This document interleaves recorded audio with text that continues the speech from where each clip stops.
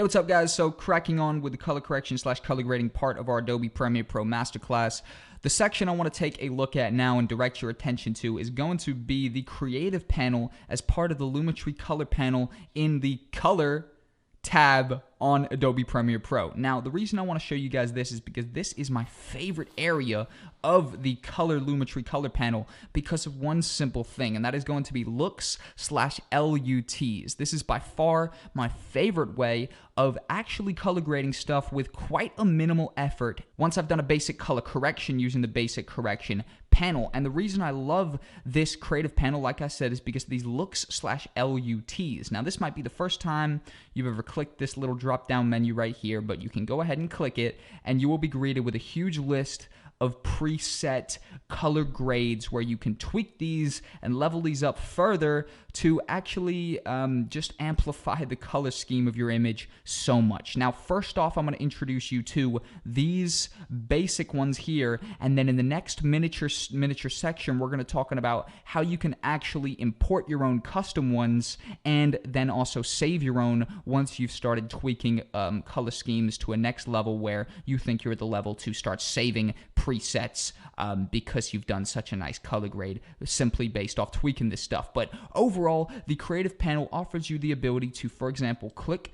on this drop-down menu right here and select a look. Now, one that I really like is the Fuji Eterna 250D Kodak 2395 by Adobe. Let's go ahead and just click this, and I want you guys to follow through. If you're open on the screen right now as well, go ahead and follow through by just adding that to our image. And instantly, that is going to add a color grade. It hasn't tweaked anything down there because all of these settings are built into this right here. Now, you can use this one or this one. Both of these are hands down my favorite, these two right here. And they are each going to give you a slightly different color grade. Now, by all means, all of these in here, for example, if we go down here and select a random one, they're all going to give you a much different color grade, but this right here is going to be setting a more dynamic and a more cinematic color scheme to your stuff, and instantly you can see when we've added these ones here, it's looking much more like a movie, much more crazy, much more serious, and overall much more cinematic. And that is what these LUTs really give you the option to do is, for example, if we go back to one of the ones that I said I really liked, like this one right here, not only can we import these, but we can actually level them up and either increase or decrease intensity. For example, if we wanted to make this double the strength, which I would not want to, that's a little bit crazy there, or if we wanted to make this 0 strength, you can see what it's looking like before until we actually, for example, if we give this a play and then just start leveling this up, I usually keep mine on about 100 or 50. So they set this automatically to about 100 for you. Oh, that's the next clip. I'll throw that over there. And personally, I keep it on about 100 or about 50, depending on how much light is in my scene.